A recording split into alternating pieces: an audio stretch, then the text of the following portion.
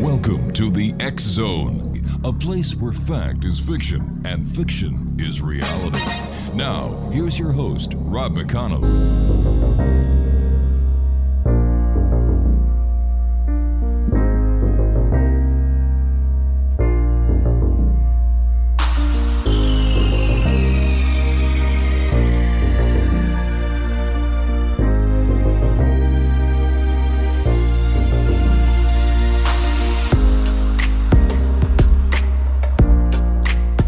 And welcome back to the X Zone. My name is Rob McConnell. We're coming to you from our broadcast center and studios in Niagara, Ontario, Canada. If you would like to send us an email, xzone at xzoneradiotv.com, on all social media sites, Xzone Radio TV. And if you'd like to find out about the broadcast schedule we have, 7/24/365 for the X Zone Broadcast Network, visit www.xzbn.net, and on Simul TV, for the X Zone TV channel, visit www.simultv.com, and in the search engine, type in X Zone. My first guest tonight, X Zone Nation, is a gentleman by the name of Dr. Gibson Mitchell. And he's, Mitchell Gibson, and he is known as the Spirit Doctor. His main areas of expertise are spiritual growth, enlightenment, spirit disturbances, spirit attachment removal, and psychiatry. If you'd like to get more information about Dr. Gibson, visit tybro.com. And Dr. Gibson, welcome to the X Zone, sir. Thank you for inviting me. I really enjoy being here. Can you tell us a little bit more about yourself? You're a medical doctor, but you're also into the paranormal or spiritual realm as well. Yes, I went to medical school at the University of North Carolina, Chapel Hill, and I did my residency at Albert Einstein Medical Center in Philadelphia. And I was chief of staff of a hospital in Arizona for a number of years. And I began having experiences with clients that really changed my perception of what reality was, the concepts about what treating people medically were. And eventually, some things started happening just really made me stop doing medicine and start exploring spirituality full time. What was that, sir? Well, there were a number of experiences over several years. I'll give you a couple of them. Okay. The first one, I was treating one of the Arizona Cardinals football players. And they were going through some marital problems. He was a big guy, linebacker. And he came into my office one day, didn't have an appointment, just bawling. I mean, you know, when a 6'8", 250 guy cries like that, you pay attention. There's something wrong. Said, yeah. There's something going on. Yeah. He said, my father just spent the day with me. And he was in training camp in Flagstaff, and he had to drive down to the house to see his father. His father showed up unexpectedly. Well, his father had been dead for 8 years. Okay. So... And his wife called and said, your dad's here. And he got there. It's about a 2-hour drive from Flagstaff to Phoenix. He got there. His dad was there eating, playing with his son. His dad said, I have about a day, so we're just going to hang out, and I'm going to be here with you. They took pictures. His dad was there. He came in and said, Doctor, what happened? That was one experience. Okay, now wait a second. Let me go through this because this is rather... Okay, the father had been dead for a number of About years. 8 years. About 8 years, all right. The wife calls up the husband, who's 2 hours away, who's a linebacker, a big guy. Big guy. And says, your father's here. Yes. Okay, so I would imagine this kind of put the bit of a spin on this linebacker's life at this time. He boots it back. Very much so. To his house. And there is his father with his wife, playing with his son, sitting down and eating. Yes. Okay, they take pictures. Yes. Did any of these pictures ever come to light? I asked him not to. Why? Because he was an Arizona Cardinal linebacker star player. Then how do we know this is true? Because I believe the pictures, and if you had sat down with them, you would see that it was absolutely true. I had to protect them. I understand that, sir, but I'm an ex-policeman, an ex-detective. I need proof. This is hearsay. Where's the evidence? It's a great story, don't get me wrong. It's a great story, Yeah. and you'll have to take my word for it. because that happened. But how do we know that? How do the listeners know that? Well, that is one of the events that got me to quit medicine. It absolutely happened. I can't sit and show you the pictures because, I mean, that's confidential information. I can't give you their names. I have to protect them that way. Okay, so But let me get this straight. that You happened. can't tell us their name. You can't you can't prove any of this claim. It is a fantastic story, if true. Okay. And I will give you that, sir, but I do respect your ethics as a medical professional.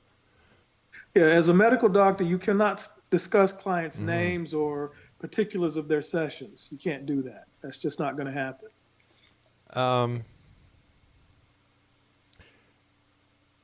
Now, in your bio, you say you're one of the world's leading authorities on the interface of science, the human soul, and the frontiers of human consciousness.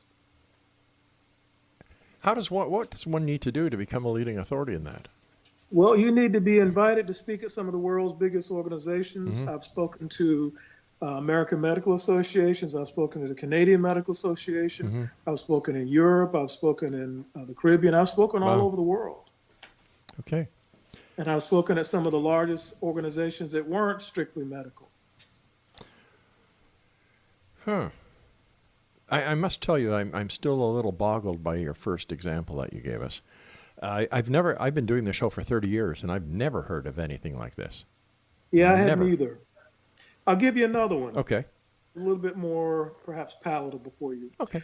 About 5 years before I quit, I was treating a client. I was actually treating this client's son, who was about 10 years old, and he had attention deficit disorder. But she came in one day crying. She said that her father had just been diagnosed with renal cell carcinoma, which is a cancer of the left anterior pole of the kidney. Right. And she wanted me to pray for him. So he came in and I prayed for him. It was a prayer I just learned from a rabbi in Los Angeles, Rabbi Berg, at the large center in Los Angeles, the Kabbalah Center in Los Angeles. I prayed for him, and 2 weeks later he went in for a staging laparotomy, which is an exercise or a surgery where they go in, they cut you open, and they just decide what stage of treatment you need for the cancer. And the ultrasound before had showed a cancer that was the size of a tennis ball. When they went in, the cancer was not there. Nothing. Okay. They went back a month later, did another ultrasound. He was still clear. When I left practice, he was still clear. The cancer had disappeared. And that sort of thing happened about a dozen times. And that combined with that first episode really made me start looking at, well, something else is going on here, so I need to investigate further. All right, let me be the devil's advocate here again. The prognosis that was first diagnosed of the cancer, was it confirmed by other medical professionals? Yes. He had two opinions. In other hospitals as well? Yes. Oh. And any way of explaining this? There was a healing that occurred that I can't fully explain, but it occurred, and it wasn't the last of that sort of that genre of healing. Now, do you believe that you were the agent of the healing? I believe that prayer and energy have the capacity to heal. Right. And I believe that it can be a gift, just like any other gift, like a musical gift, like an athletic gift. Right. I believe that certain people among us have different capacities for transmitting that energy. Now, prior to you getting involved with this first case that we talked about, had you had any experiences of the similar nature? Yes. Quite a number. Starting from the time I was a child. So what was it? Why did you decide to go into medicine instead of following your gift that you seem to have had since a very early childhood? Well, I started out college. I got a full ride to college, and I started out as a business major. I hated it. Absolutely hated it. And my best friend at the time also was in business school with me. He decided to go in pre-med. So I actually followed my best friend, Morris, into pre-med. And we both graduated. We both became medical doctors. And I did it primarily because I grew up extraordinarily poor. And I Yeah. didn't want to risk ever having to look at unemployment again. And as a medical doctor, you have absolute job security for the rest of your life. I guess so, because everybody gets sick once in a while. Everybody does in one way or another. All right, Doctor, please stand by. You and I have to take our first break. And X Zone Nation, our guest this hour is Dr. Mitchell Gibson. His website is www.tybro.com. And we'll be back on.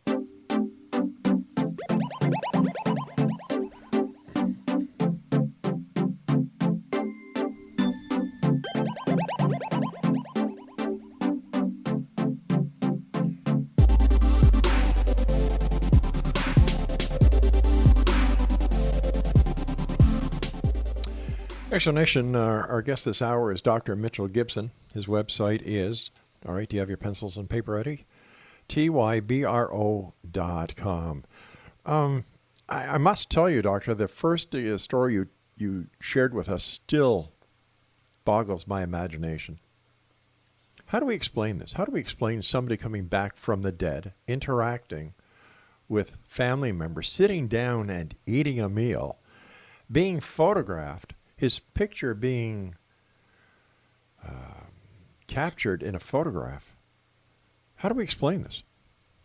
Well, the term that I would use for that is revenant. Revenant? Revenant. And revenant is actually an ancient term, an old word that describes people who come back from the dead in physical form. It's not an unknown phenomenon. Actually, it's very well documented in many places all over the world. Most of the time when people think of a person who's passed, they think of some thin, ephemeral image of a person, scary looking, disappearing and appearing. But there are a number of cases, hundreds of them actually all over the world, if you take a look, where people come back in physical form. They make love to people, they eat, they sleep, they stay around. That phenomenon is not unknown. I understand that, sir, but how do you document this? How do you prove it with all of these examples? How do I prove No, it? how do the people who have these experiences prove them to be real? There are people that, you can go online and you can see people that have taken photographs. You can see people that have taken videos. You see people writing about it. And a lot of people don't like to talk about it because they run into the same skepticism that you have. They say, well, I don't believe that. I need to have it proven to me. But what is wrong with skepticism, and what is wrong with asking for proof when somebody makes a claim that is next to impossible to believe? Because the impossible happens. And you can call it impossible, but at the same time, there are events in this world that happen despite what the mind believes. Because our reality is beyond quite often what we can understand. But there's also an expression that says bullcrap baffles brains, Doctor. And in today's digital world, it's very simple to perpetrate a fraud. That is true, but this is not something that I have to prove to you. These are things that have happened. I have to keep my clients confidential. These are things that have happened, and these are things that happen all over the world, and they didn't start with me. They are well documented all over the world. Take the time to look it up. Don't be skeptical without doing your research. Well, Doctor, like I said, I've been doing this show for... good conversation. So you're saying we're not having a good conversation? Well, you're not being open-minded. You're being skeptical. No, sir. I'm being direct. I'm being a journalist. I'm asking hard, riveting questions. And as a journalist, you need to do the research on the topic. And you have to convince me as a guest. Well, like I said, I can't convince you because I can't give you names. All right. Let's move on then. Let's move on. Now, I understand that you were very young when you had your first experience with a ghost? Yes. Tell us about that. Well, my grandmother used to take me to funerals. Sometimes older black women, that's their main social outlet, is going to people's funerals. And I went to probably a couple of funerals every week. Oh, my heavens. And one night after one of the funerals, one of the people that was in the funeral showed up in my room in the corner and just stood there looking. I looked at him, he looked at me, and I ran screaming to my mother. I said, I see this man who had just passed. And that was my first time seeing a ghost. How did you feel? Terrified. I was about 7 years old, Mm-hmm. and I know I saw this man laying in a casket. He was a military man, a young boy, maybe 18, 19, had died in Vietnam. Right. And, there he was standing in his suit looking at me. It was terrifying. Was he transparent, or was he the full-bodied apparition as the? Full-bodied Wow. apparition. Did he? Full-bodied. It didn't look like, I knew he was dead, but Right. he didn't look like a ghost. Did he make contact with you? Did he communicate with you? He didn't say a word. Really? Didn't say a word. I didn't know him in life, and he didn't know me, but he knew that I could see him, and I think that got his curiosity. How do you know he knew you could see him? Well, we made eye contact. Oh, you did. Okay. All right. There were no words, but we certainly made eye contact. And was that your? How long after was your next ghostly encounter? Well, there was another experience where I was walking through the woods, and when I grew up, I was living in the South, and there were a lot of old abandoned tobacco barns Right. in that area. And I was walking through one of the barns, and for some reason, there was a fully ungathered load of tobacco still in the barn, and it had like spider webs on it. And I was looking, I said, this is strange. People wouldn't leave a whole sheaf, 100 sheets of tobacco still in a barn, because that would have been worth, thousands of dollars. Well, I was in there looking at it, and I was toward the back of the barn, and I saw this woman come in the door and look at me. She had on all white, and she looked at me and smiled. And I realized that I could see partially through her. And it terrified me, absolutely terrified me. It was a white lady, dark hair, Right. youngish, probably no older than 30, the early 30s. And I ran through her all the way home. Told my mother, obviously. And she said, you didn't see that boy, go and eat supper. But that was my second experience. Why do you think that you have this ability? I don't think it's an unusual ability. I think people all over the world, there are a number of people all over the world that have reported the ability to see ghosts. There's television shows about it. There's books written about it. I don't think it's an unusual ability. I just think it was something I was born with. And it actually runs in the family. Would you My say that? grandmother, my sister, my Okay. mother, my brother, all have these similar experiences. So you're all gifted when it comes to the spiritual world? Yes. Okay, gotcha. You've written a number of books here. Your Immortal Body of Light, The Miracle Prayer, Signs of Mental Illness, Words of Power for Healing,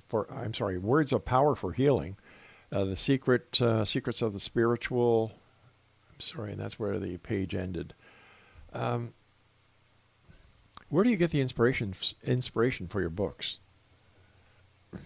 Well, I have treated thousands of people from all over the world, and I get experiences that are just baffling and mind-boggling in many different ways.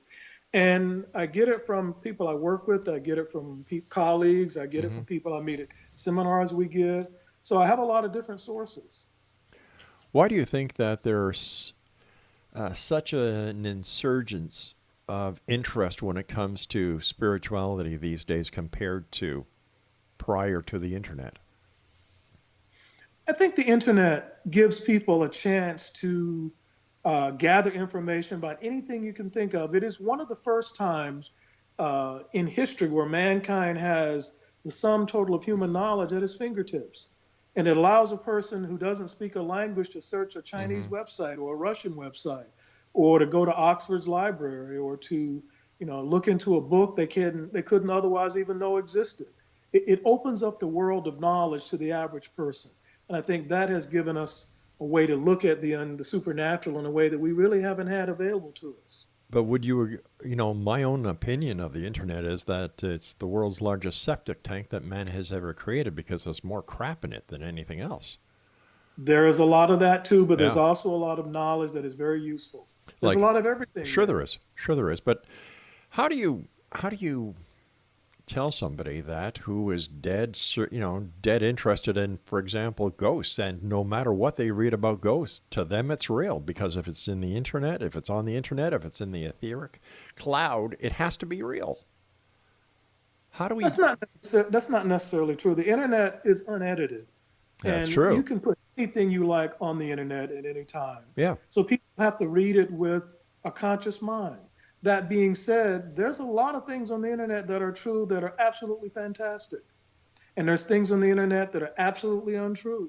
You have to use your own discernment when you look at it, when you read, when you listen. Mm-hmm. But one should not go into it being totally jaded, because evolution is involved in consciousness. And in order for consciousness to evolve, one has to look at both sides of reality. And some people really have difficulty examining reality with an open mind. Open minds are something that have to be developed. It's not something we're all born with. So what do you say that people like me, who are hell bent on finding evidence and proof, are not looking at reality with an open mind? Well, not everything that exists can be proven. For instance, if I were to ask you, prove to me you love your daughter if you have a daughter, you'd have a heck of a time with that. Not really. I'd have a very easy time telling you and showing you beyond a shadow of a doubt how I love my daughters and how I love my sons and how I love my grandchildren, how I love my wife. Sir, that's the easiest thing I can do in the whole world. That was a very poor Everybody answer. would believe what you would call proof. As a psychiatrist, I know this to be true. And as a psychiatrist, you believe everybody who tells you things about the paranormal and supernatural world? Some people that talk to me about the paranormal are psychotic. Some are manic depressive. Some are telling me the truth. I'm trained to know the difference. I see. All right, stand by. We're going to be back on the other side of this break. And Exo Nation, like I said, if you'd like to get more information about our guest this hour, his website is www. Wait, you got your pencils ready? That's good. TYBRO.com. This is the X Zone. I am Rob McConnell, and this is a place where people dare to believe and dare to be heard. Monday through Friday from 10 p.m. Eastern until 2 a.m. Eastern, right here on the X Zone Broadcast Network and on Simul TV around the world.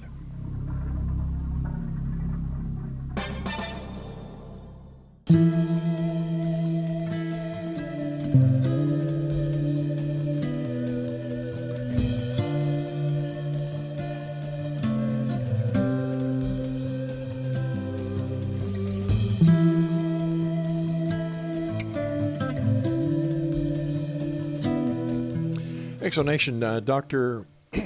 Mitchell Gibson is our special guest this hour. He is an MD. He's a psychiatrist.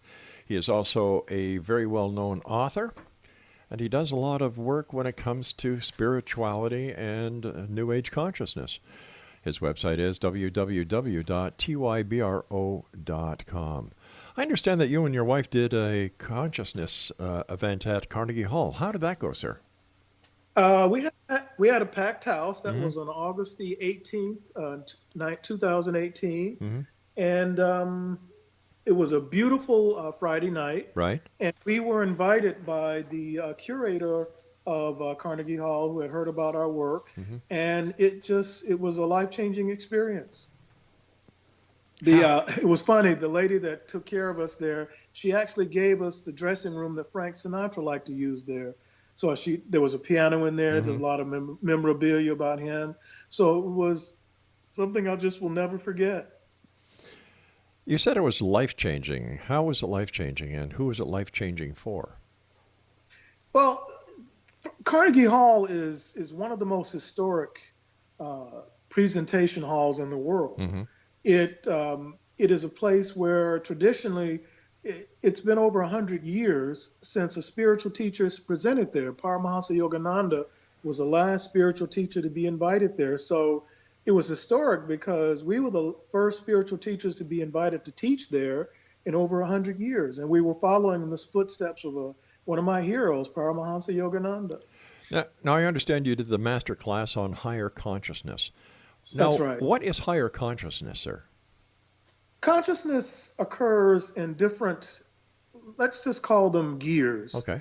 There's a consciousness that we have as a child. Mm-hmm. There's a consciousness that we have as adolescents. There's a consciousness we have as adults. But then there's a consciousness that goes beyond just the utilitarian aspects of getting through the day, working, eating, having sex. There's a consciousness that allows us to commune with beings that live in other domains of reality. That type of consciousness associated with enlightenment and higher perceptions is what we were talking about. In your experience, sir, how many different domains of reality are there? Well, physics says that there are at least 11. Mm-hmm. In order for a reality to make sense, physics, the standard model of physics now accepts that there's at least 11 different models or different domains of reality. And I can pretty much agree with that, that in my travels outside the body, I haven't seen all 11, but I've seen at least 7 or 8, 8 to be sure. And reality as we know it is a lot more complex than the 3 spatial dimensions we accept with our normal senses. When you have your out-of-body experiences, where do you go? What do you do?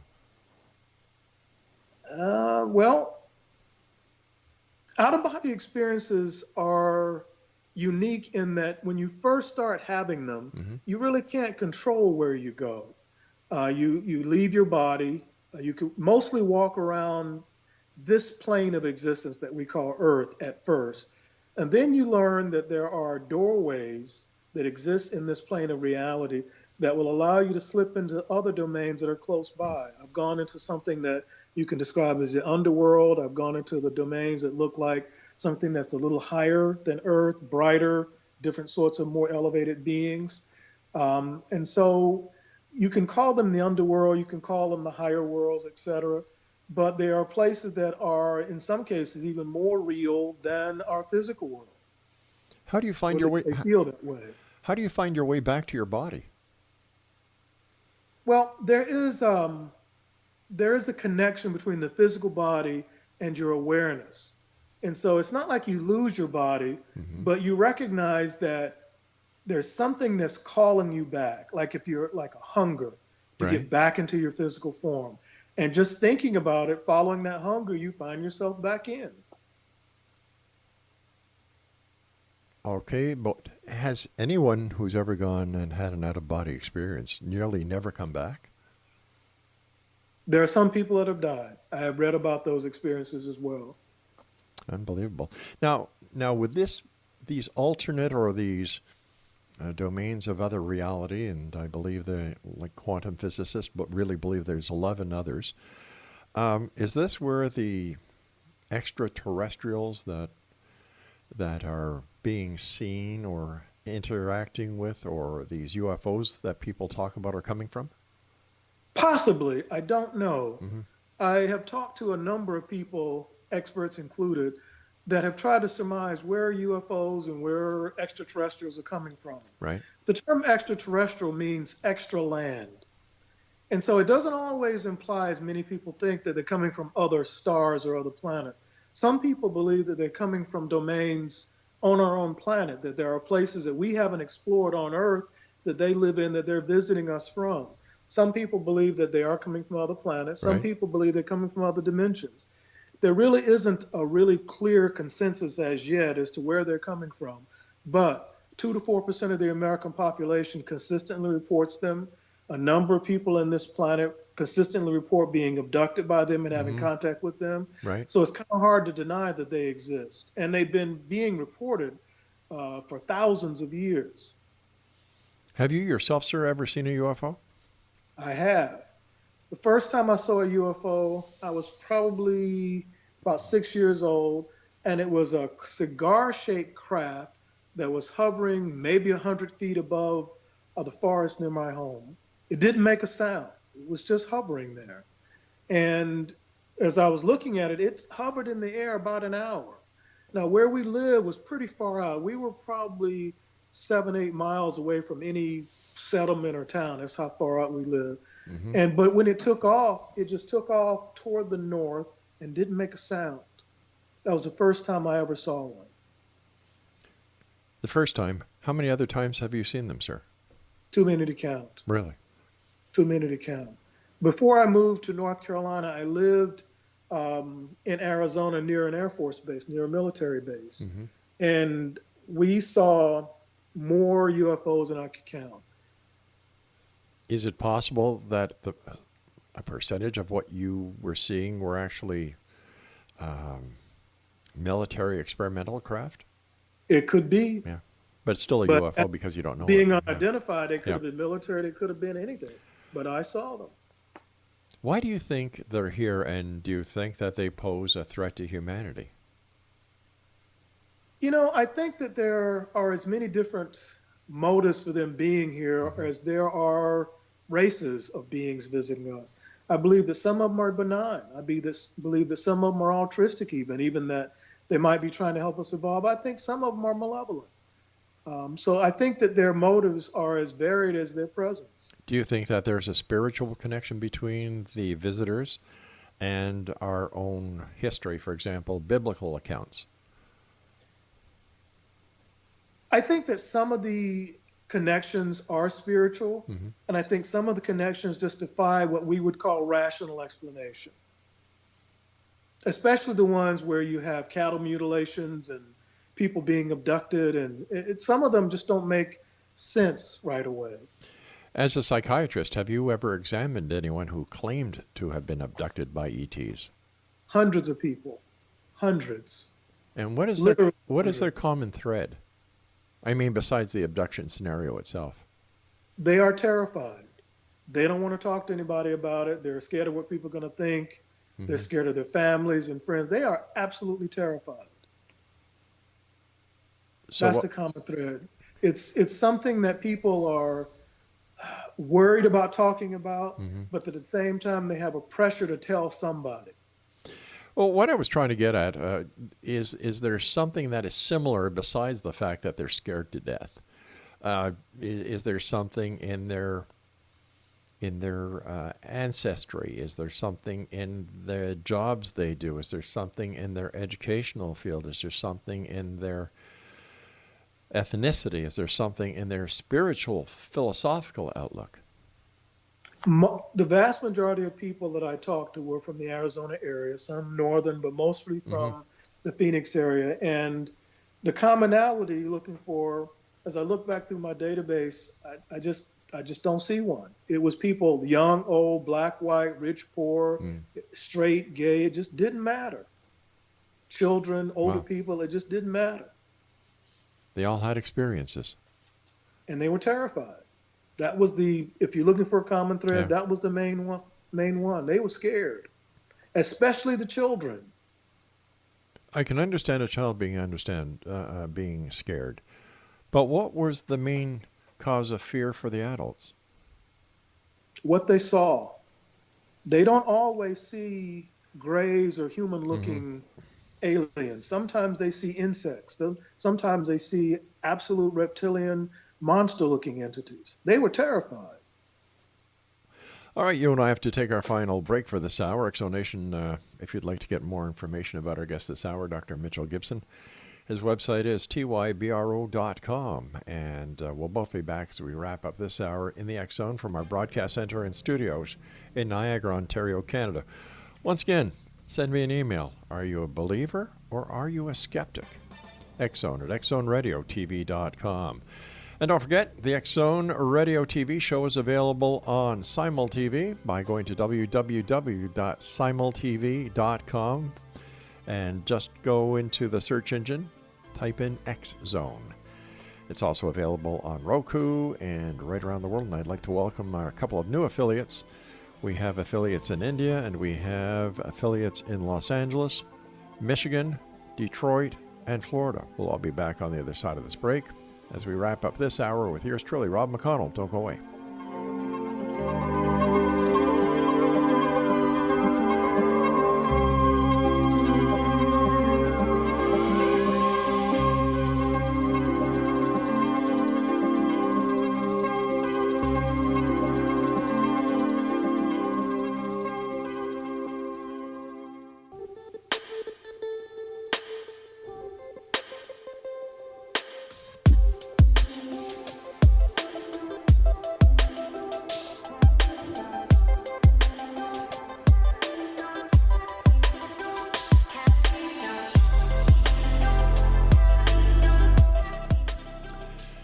Exo Nation, our guest is Dr. Mitchell Gibson, and his website is, are you ready? Here we go, tybro.com.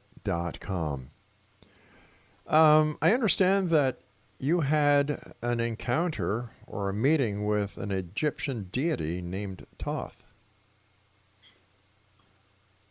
When I was in my residency, the first year, we go through something called internship. Right. Internship is where you work 120 hours a week, including being on call, and you see some of the most difficult psychopathology of your career, because it's kind of a trial by fire, if you will. Right. And one of the ways I found that I could deal with it better was by meditating. And so I learned to meditate, and I took some classes, and I actually I was able to learn how to meditate pretty deeply and achieve a delta state, which is a very slow frequency brainwave state of being. And I learned that when I hit delta, when my brain slowed down to those frequencies, I could get out of my body very easily, which helped relieve a lot of stress. One time when I got out of my body, it was after having been on call for a couple of nights straight, which is very difficult. One of the residents had gotten sick and I had to cover. So when I went home, I hadn't slept in 2 days. I got out of my body, meditating, trying to decontaminate myself from some of the stress. And I was floating in the sky, which is something you can do when you're out of your body. And I saw this big ball of light coming toward me. I thought it was a full moon. It wasn't a full moon. The entity coalesced into a traditional looking image of the god Thoth. We talked for a couple of hours before I went back to my body. And that was my first encounter with that Egyptian deity. How many other encounters did you have with Thoth? I continue to have encounters with him to this day. Huh. What do you and an Egyptian deity talk about? He gives me information for books. He talks to me about my clients. He talks to me about the world. I ask him about his world. I ask him about what he's doing. It's a relationship. How do you explain the traverse of time and space when it comes to meditating and contacting and being in contact with Thoth and receiving information from an ancient Egyptian deity? Because he's still alive. He is ancient, but he is also present in the modern world. He did not die. He is an immortal. Do you really believe that? Yes. Why do you believe that, sir? Because I have a relationship with him. I've talked with him. I've seen him, touched him. I mean, he is there. In the same way that if you ask a Christian, why do you believe that Christ rose and died for your sin? That person will tell you, because that's my faith. This is my faith. But they don't say that they've touched Jesus Christ and have had conversations with him. Some do. Some most certainly do. You know, over the last 40 minutes, we've talked about your encounters with ghosts, UFOs, the people that you've helped with alien abductions. We've talked about higher consciousness, out-of-body experiences, and now talking with deities. What is it in you that makes all this possible? Well, that's a question I've been trying to answer for the last 15 years. It actually made me leave the practice of medicine, because I asked, that's a very astute question. It made me ask, why am I different? What makes me that I would have these sort of experiences, talking with deities, looking at ghosts, hearing about people being healed after you pray for them? Right. That's a lot of stuff. It is. And it's a lot. And it's a lot to accept. And it's a lot for me to accept, having experienced it. Wouldn't that be a lot of responsibility on your plate as well, sir? And that's the reason I quit medicine. Because when you start having these experiences with a lot of people and their families, people start asking you questions. Another thing that made me quit is I started appearing in people's dreams, which I still do. And I have no idea how that happens, before you even ask. It still continues to happen, but I began to appear to some of my clients in their dreams. And one client became afraid. She was concerned enough to call the medical board and said, this doctor's harassing me in my dreams. She was psychotic, so that was easy to explain away. But there's been thousands of people since her where that same thing has happened.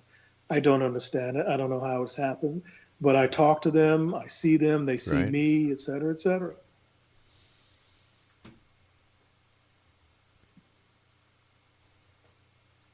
If you have all these abilities, sir, and if you're able to do so much, why would you not want to maintain your role as a doctor and a psychiatrist to help that many more people? People who really could use your help in either... Because I found a way to help them outside of medicine. As a spiritual teacher. As a spiritual teacher, I can still help, I can still teach, I can still reach a number of clients Right. without the responsibility or the risk of being a medical doctor and having people say, this doctor's practicing outside of his medical license, et Right. cetera, et cetera. Which brings a good question. Do you still retain your medical license? I do not. What was it like giving that up, sir? That was extraordinarily difficult. And in order to get a medical license, you have to go through college. Yeah. You got to get into medical school. You got to do a residency. You have to take national boards, the federal licensing examination. Then you got to become board certified, which means oral and written. And then you have to practice and maintain that license. So Right. I had put a lot of time, energy, and money into that license. Right. But so many things started happening that were, just unbelievable to people that I didn't want to risk myself, my family being exposed to people that just had difficulty accepting everything that was going on around me in my practice. So I made the decision, very difficult decision, to let all that go and become a teacher rather than a practitioner of medicine, a spiritual teacher. What do those who have worked with you in the past talk to you? What is their opinion of the Dr. Mitchell Gibson, who was a medical practitioner, a medical psychiatrist, and who now is a spiritual teacher? There are people that I had a lot of clients. I also treated a number of celebrities, and I treated people who were Fortune 500 CEOs. I was one of the examiners for the nursing board. I treated other doctors as one of the examiners for the medical board. They want me to come back. They recognize, though, and I've had a number of experiences with quite a few of those folks. It's names you would recognize if I told you. They recognize that there's something different going on with me in my life. And they respect the fact that I've chosen to separate myself from the medical career so I can explore it and understand it better. What about your family? What does your family think about That's you being another story. My family is Christian, fundamentalist Baptist Right. Christian. Very difficult area to address with my family. They don't accept it at all. Your wife does? My wife was the daughter of a Baptist minister, very prominent Baptist minister in California. When she started having experiences, and it took that for her, she changed her belief and outlook on reality. She's no longer a Baptist. We've got about a minute and a half left, Doctor. First of all, thank you so much for coming on the show, and I've thoroughly enjoyed talking to you, sir. What are your final thoughts for the listening audience and viewing audience of the X-Zone Nation around the world? A lot of people have a lot of questions. It's been an engaging discussion. You can find me on Instagram. Look up Mitchell Gibson 899. That's my moniker there. We also have a number of YouTube videos, about a couple hundred of them, and we have millions of downloads there. We also have a television show we did on the Entertainment Studios Network called The Living Soul. You can find the first season of that on Amazon Prime. Okay, now, without having the promotional aspect of it, what would you like to share with the X-Zone Nation was my question. Well, Words I of believe wisdom. reality is much larger than the human mind can accept. And I think if we look at reality with the understanding that there's more to it than what we can accept, then reality will present itself to you in a much more open fashion. There are intelligences among us that their primary job, their sole purpose in existence, is helping humans evolve. They are the same beings that took us from eating our meat raw and living in caves to building skyscrapers and going to the moon. Those same beings are alive and they still exist. So are you saying, sir, that humanity could not have evolved to do everything that we're doing? Not without help. All right, on that happy note, sir, I'm going to say goodnight to you, and thank you so much for joining us. Like I said, this has been a rather unique conversation. I don't believe him one bit. When somebody does not want to prove or provide me with any evidence whatsoever, man, this guy went all over the board. You know, his ghost experience, UFO experience, alien abductions, people that he's talked to, higher consciousness, out-of-body experiences, sitting down and talking with Thoth, the deity. I don't know if that was tobacco in that hut that he found, but whatever it was, it sure had an impact on his body, didn't it? Another interesting thing, giving up your medical license. Why? I don't know. But he certainly didn't like direct questions, did he? We'll be back on the other side of this break as the X Zone continues with yours truly, Rob McConnell, from our broadcast center and studios in Niagara, Ontario, Canada. We'll be back. Don't go away.